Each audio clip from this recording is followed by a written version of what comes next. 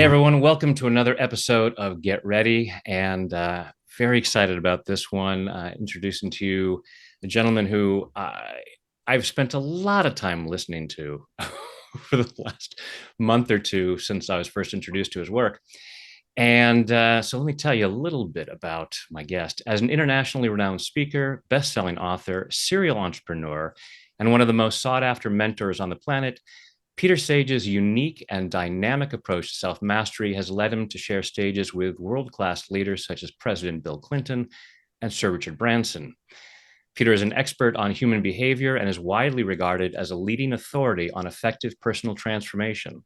He has dedicated over 30 years to his mission of raising global consciousness, uplifting thousands in the process, with his trailblazing insights and transformative strategies.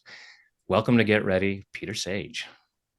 My goodness, what a welcome. Thank you, Brad. Much appreciated and really, really great to be here. Thank you.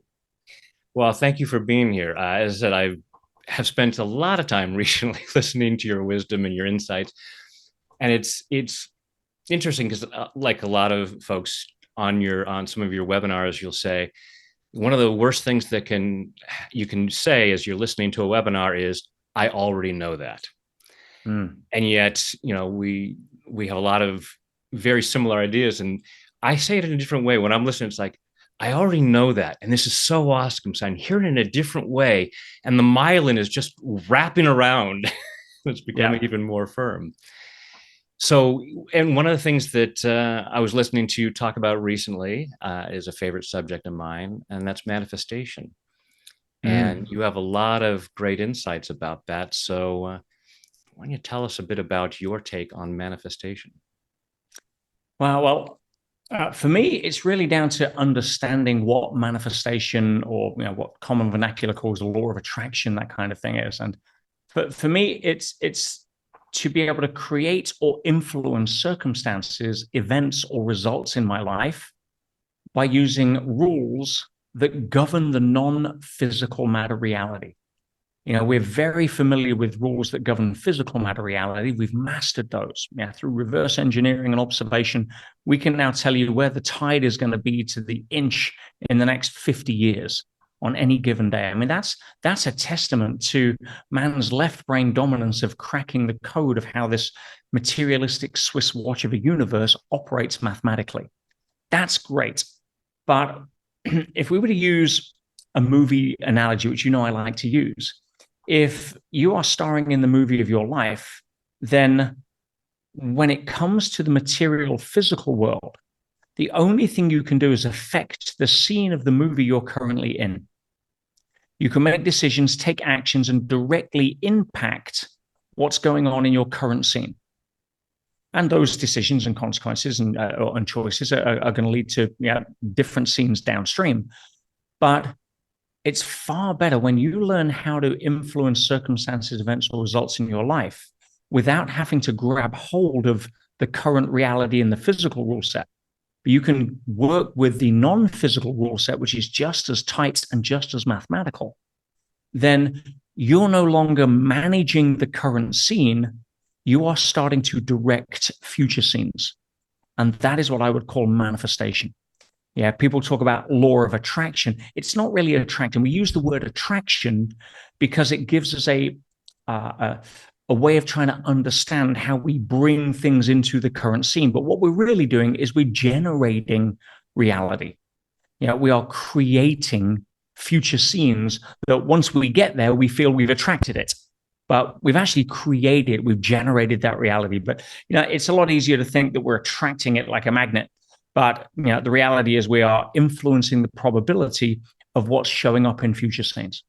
Yeah, absolutely. I mean, everything is already here as it is. And it's like with the reticular activating system, when we focus on something, suddenly we see it everywhere. And so it's creating that awareness, that ability to see it and make it real. And I just have to say, for anyone who's, some people who notice these sort of things, this was an interesting little manifestation thing. You can see that Peter and I both got the memo about shirts. Here, I was just telling Peter a moment ago, I have never thought about when I'm doing an interview, I wonder if I'll have a matching shirt with this person. And I put this shirt on and I just thought, maybe I should have another shirt in the office just in case. And so Peter shows up just before the thing and said, yeah, I just got here and I changed into this shirt right away. Yeah, We think matching shirts. about things. It's a beautiful example again. The universe working its magic in a way that allows us to demonstrate what we're talking about. Yeah. We beautifully set that up. Well done, us. So that's the thing for everyone else to look at. How do I then, take these ideas about what I'd like to have and make them manifest, whether it's attracting or just noticing or shifting that. What is the what would you say is the first step in terms of creating that and bringing it into our standard reality? Probably things that your audience are already familiar with, but always good to be a reminder. But I mean, the first thing is to have clarity around what it is that you actually want. And there is a distinction here that I'll share that you may find useful, because a lot of personal growth, including Think and Grow Rich and many other aspects of the self-help industry, talk about the power of desire. Yeah. And you got to want it. But what they don't actually let you know is that desire is only useful up to a certain point, and then it's counterproductive. It's like anger. If anger can be very useful as an emotion for you to draw a line under your current victimhood. Yeah, if you can get absolutely angry at the fact you're still paying rent instead of owning your own home, you can get angry with the fact that you can't afford to eat off the left side of the menu instead of the right side of the menu. Right? That anger creates energy that you can then direct into a certain productive level of action, or a decision. However, at that point, the anger has served its purpose. You don't want to carry that anger through further downstream into the actions around that decision. Right? It's destructive, but it can be very constructive. That's why there's categories where people say, oh, all anger is bad. No, there isn't. If it wasn't for anger, we wouldn't have had the civil rights movement. If it wasn't for anger, we'd still have apartheid. Right? So, anger has a way of being able to, in our own lives, be very constructive as a fuel if we use it in a limited and specified capacity. Now, back to what I said on desire. Desire is almost similar. If you go to Dr. David Hawkins, the late great author of Power versus Force ad infinitum, and look at the map of consciousness, something I'm a big student of. Desire calibrates at a very low power. It's a temporary state of force rather than a permanent state of power. And the reason for that, when it comes to manifesting, is if you need to know what you want. But if you then carry desire with you, the energy you're putting out is based on the presupposition that I don't have. And the universe doesn't listen to what you want. It doesn't care about what you want. It listens to who you are. And if you're vibrating as who you are from lack, because you've set the game up that I won't be whole until I get fill in the blank, whatever I desire, then you're cutting off the power of the universe to bring it to you. And now you're left with just managing the scene you're in. And you can hustle. Everybody can hustle and get a result, but it really doesn't break the mold. Most people backslide once they've stopped hustling. They don't take a quantum leap into the next level. So the first step is obviously to desire, know what it is that you want, have a desire for something. But once you have desire, desire is only useful up until one point, and that is until you make a decision. Once you've decided, and think about it in an easy way, I desire that I need a bottle of milk for the fridge. Now, once you've made the decision to go get the milk from the supermarket, desire serves no useful purpose. You just put, now you want the determination to act, to put one foot in front of the other and go to the supermarket. But if you walk into the supermarket, oh, I need the milk. I've got to have the milk. I must have the milk. That isn't serving any purpose. Does that make sense? Yeah. Yeah. You're in that place of want. And if I'm still in this place of want, how can I have that? What you were saying earlier about anger, I never use the term negative emotions because they're all just part of the human experience. There's no good and bad. There's just some that are more comfortable than others. I'll say anger is like a smoke detector. It's the fire alarm. It goes off. We need to take that action. It's a great motivator for that. Once we have that plan of action, like you said, once you have that plan of action, you don't need this fire alarm to keep going off. I know the fire's there. I'm going to take care of that. And so I can see how that's the same with desire. It's like, great. Now I can put the plan into action, and I don't need to stay in this place of, I have this want, I have this want, I have this want. Yeah. The desire is the email into your mailbox that says, hey, I need this. Right. Okay. There's something that I would like that I don't have. Great. Once that email has been read, right, just go joyously celebrate your journey towards being able to create that. Yeah. Yeah. There's an article, and maybe a number of articles about this, where, because in a lot of law of attraction training, they'll say, well, you just have to feel you have it. So rather than being in that feeling of want, be in that feeling of, I have it. And there are some people who've said, well, you have these studies that, well, if you do that, then you're already satiated and you've now let go of it. It's like, no, if you use that as to put in the plan of action and you move forward on the plan. So it's not a matter of going, okay, I have it now, and now I don't need to set that plan. It's all about, how do I go about creating this life that I love?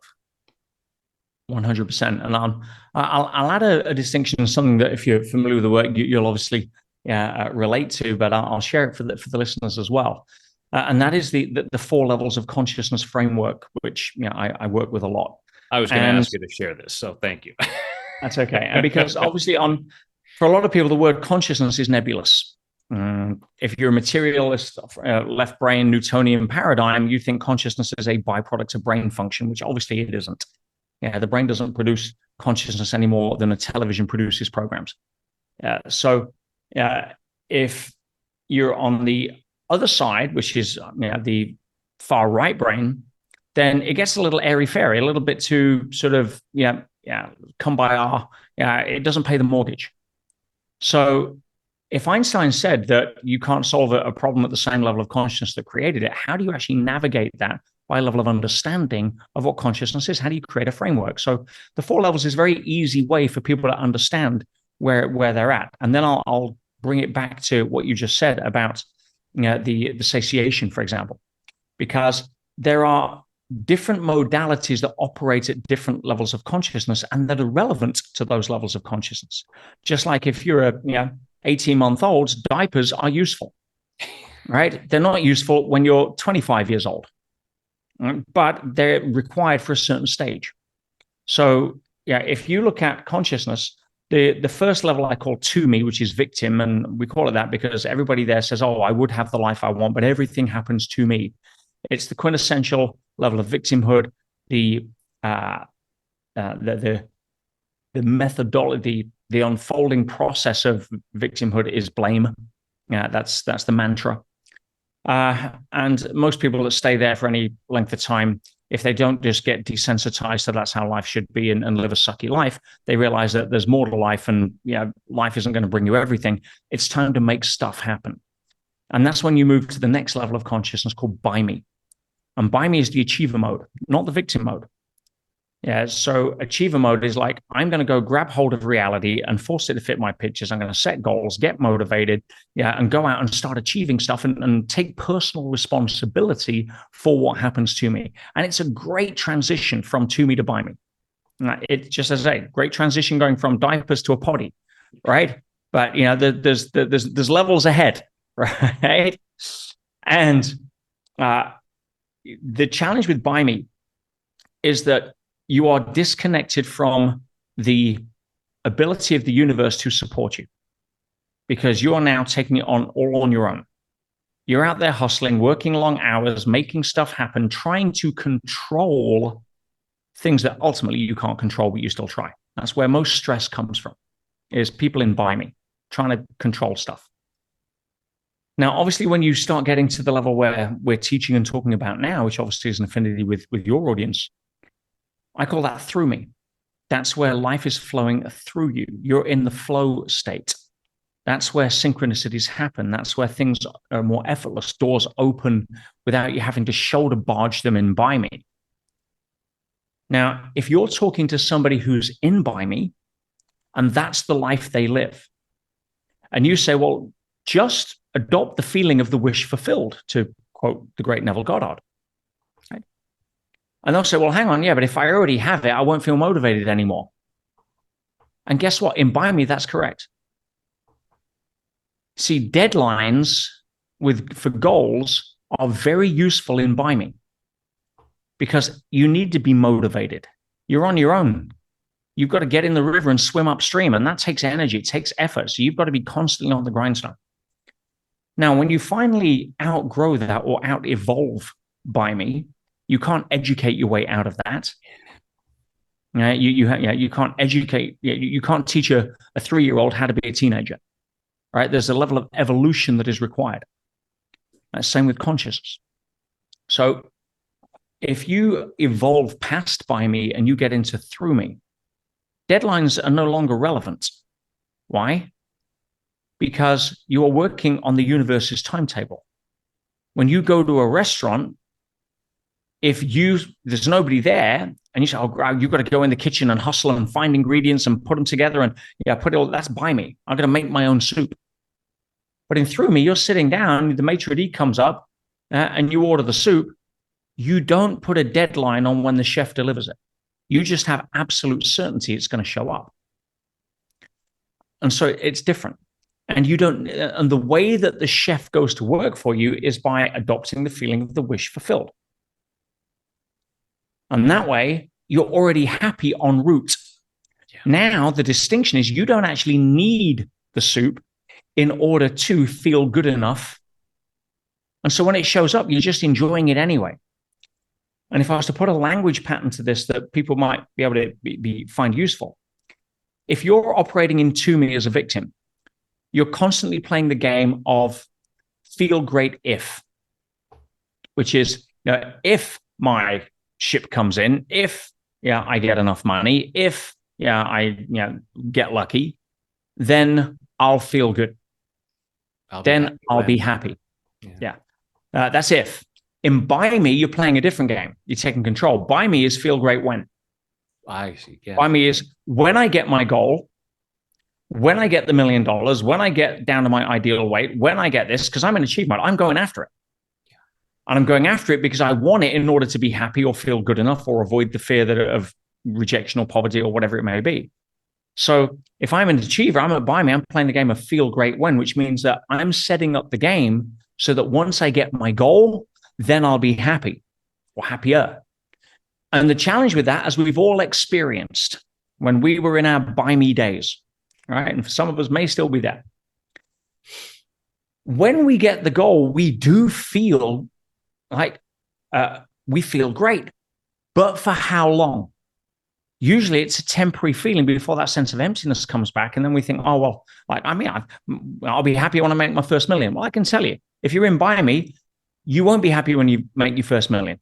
You'll be happy temporarily, and then you'll actually be worried that there's an emptiness, but because you realize that I actually need 2 million in case I lose the first, right? That game never stops. So if you are in Through Me, you're not playing feel great when, you're playing feel great now.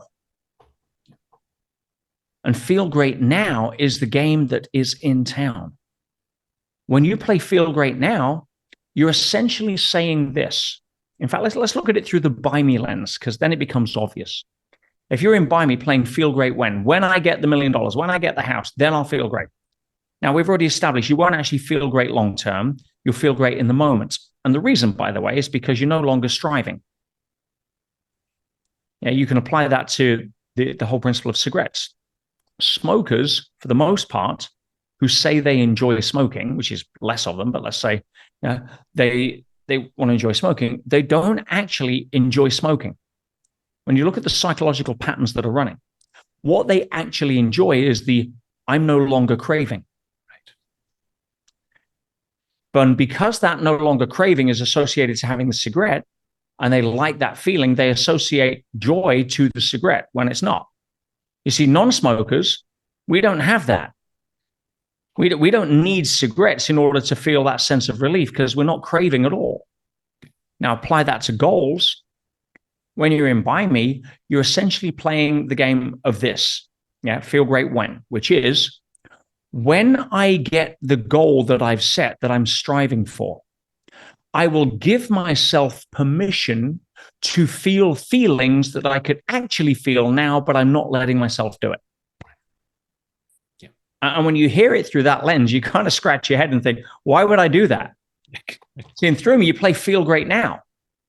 Right? It's like that way I can enjoy the journey en route to the goal. The goal is almost a byproduct or a consequence. It's a calling for my desire. I'm going to go get something that I know that I would like, I want, but I'm not waiting until I get it in order to feel great. That's a different life. Yeah. That's use the expression being motivated by misery. If I don't have misery to motivate me, then I won't do anything. If I feel good now, then I won't. It's like that's just not true. As human beings, we're always having some desire. It's like, well, I get up in the morning. It's like, oh, I want to have breakfast. I'm feeling great. I don't have to sit there and wait until I'm really starving and go, oh, now I feel the pain. Now I'll get up and go to the kitchen and make something. This idea, we look at some of the greatest achievements in history. It's like, the Wright brothers didn't create the airplane because they were just so upset about being on the ground. Oh, this is so miserable. I need to relieve that. It's like we can be feeling good and, oh, here's something that's exciting. I don't have to experience this misery in order to motivate me. We're just this balance between motivation and resistance. When the motivation outweighs the resistance, we take action. It's like, oh, if I don't have to be motivated It's by another 100%, Brad. And it's another by me concept. Yeah. Yeah. In through me, it's inspiration. Yeah, you're inspired to go do stuff. Why? Because we're here to explore, to live a life of openness to possibility, to have this effervescence, this feeling of wow, I'm lucky enough to be born human in a time in history that my ancestors have dreamed about. I'm going to go play in this amusement park of life, and some of the rides are going to be scary. Yeah, that's part by design. Some of the lessons I've got to learn, like don't go on the roller coaster after I've eaten lunch, right? Whatever it may be. But generally speaking, I have this sense of adventure, this unfolding, joyous adventure around life. That's in through me now. And by me, you're still hustling and wrestling reality to the ground to try to make it fit your pictures. And therefore, yeah, that you need motivating constantly. But in through me, you're inspired. That you don't need to be motivated. Right. And as you quite rightly said, there's a lot of people out there, if you have noticed, that are very, very happy being unhappy. And if you take away their excuse for their unhappiness, they will fight you for it. They will hold on to that like a trophy. And they're on their journey. It's not right or wrong. Again, if it's you can't turn around and try to invalidate or impose your model of the world onto somebody else. If the 4-year-old comes up to you and says, "Hey, Dad, did you know that the moon's made of cheese?"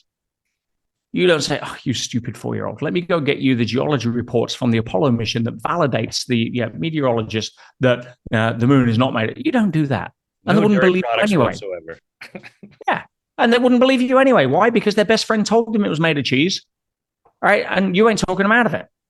So, where people are on their level of consciousness, because there's a big difference between physical maturity and emotional maturity, they're not correlated. There's a lot of adult teenagers, walking around, right? But that's okay. It may not be this lifetime, and I'm pretty sure there were many lifetimes where I was an adult teenager, with all of my flaws and go through it. And I'm just grateful that I've had access to some mentors and some insights that have helped me get over part of my ego growing up, and hopefully, part to come. Yeah. Likewise, and not just in other lifetimes. There are still days, or at least a few minutes, where I'm an adult teenager, and falling back into that. And yeah, like you said, trying not to look at folks. It's trying to live in the place of through me without judging others and not shooting on others. Because if at that moment that I'm shooting on someone else for living in by me, I'm probably not living in through me as much as I think I am. Of course not. It's spiritual ego masquerading as some sort of self-grandiosity. Yeah. And if you want to fast track to a life that's sticky, struggle, and effort, I'll give you a cast iron formula. Expect you from other people. Yeah. Yep. Everybody else should think like I do and act like I do and speak like I do. And part of us does that because we know obviously we're the center of our own universe. But the mistake we make is that we think everybody else thinks that we are the center of our own universe. And of course, yeah, we're not. They are the center of their universe, and they don't give a crap about how you are appearing in yours. Right? You're a film extra in their movie, just as they're a film extra in your movie. And when we realize that everybody's walking around in their own bubble of self importance, quite often thinking, I wonder what everybody else is thinking of me in my bubble of self importance, not knowing that that's what everybody else is thinking as well, we can start to relax. We can start to appreciate that some people right now are in a drama. And it's not about what's going on now. They're in a drama. They solve drama at the dinner table, they'll find drama at the gas station. Right? They solve it there because that's the genre of the movie they're in. Some people are in a comedy. Some people are in an action adventure. Some people are in a rom-com. Some people are in a horror show. Some people are in a soap opera. Now, you get to choose the genre based upon your level of consciousness, based on your intention and how you want to show up. And the more you judge others from your level of moral superiority, the stickier your movie tends to get. I wonder how much of that is the, you often talk about the motivators and the certainty and the uncertainty is if everyone else was me, I'd get to have more certainty. And when they show up doing things that are not me, now it's uncertain. I can't predict what this person might do, and that pushes some fear buttons. Yeah, and if you want to have a way to hold certainty that will clarify whether it's empowering or disempowering, if you need certainty, and we all have some level of requirement for certainty. If I wasn't certain that this ceiling would stay up for the next 30 minutes, I wouldn't be sitting here, right?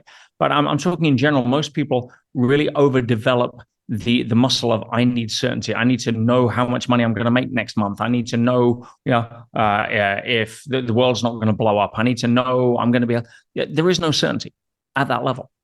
So if you need certainty, you're pretty screwed. You're going to have a stressful, low quality of life. However, if you can generate certainty, you have a superpower.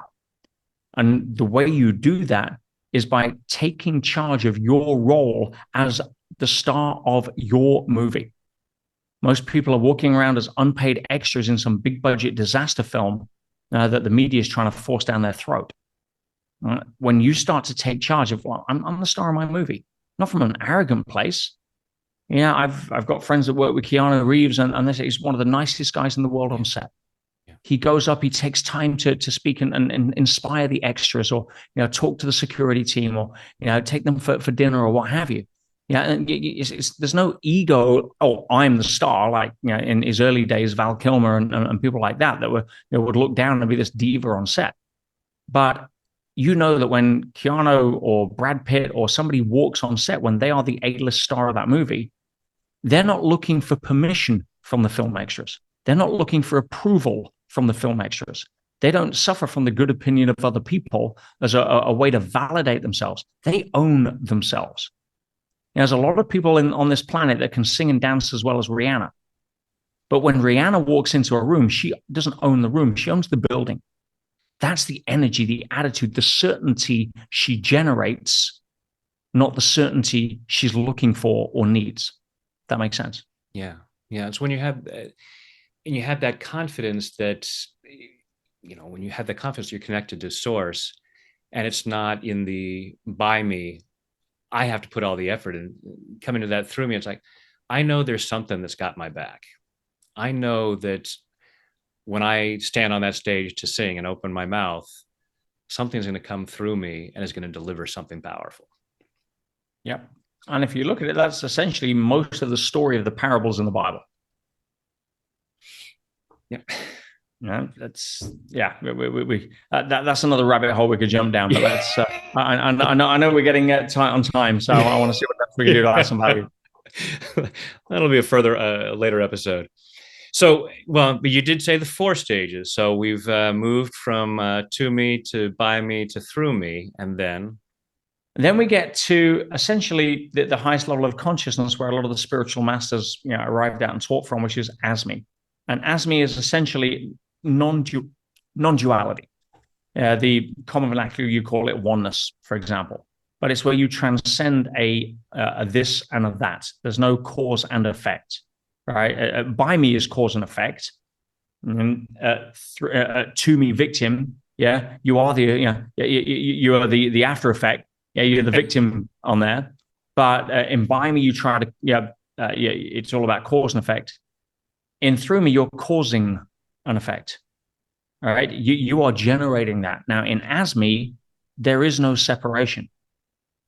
That you see yourself as part of everything, the universal whole.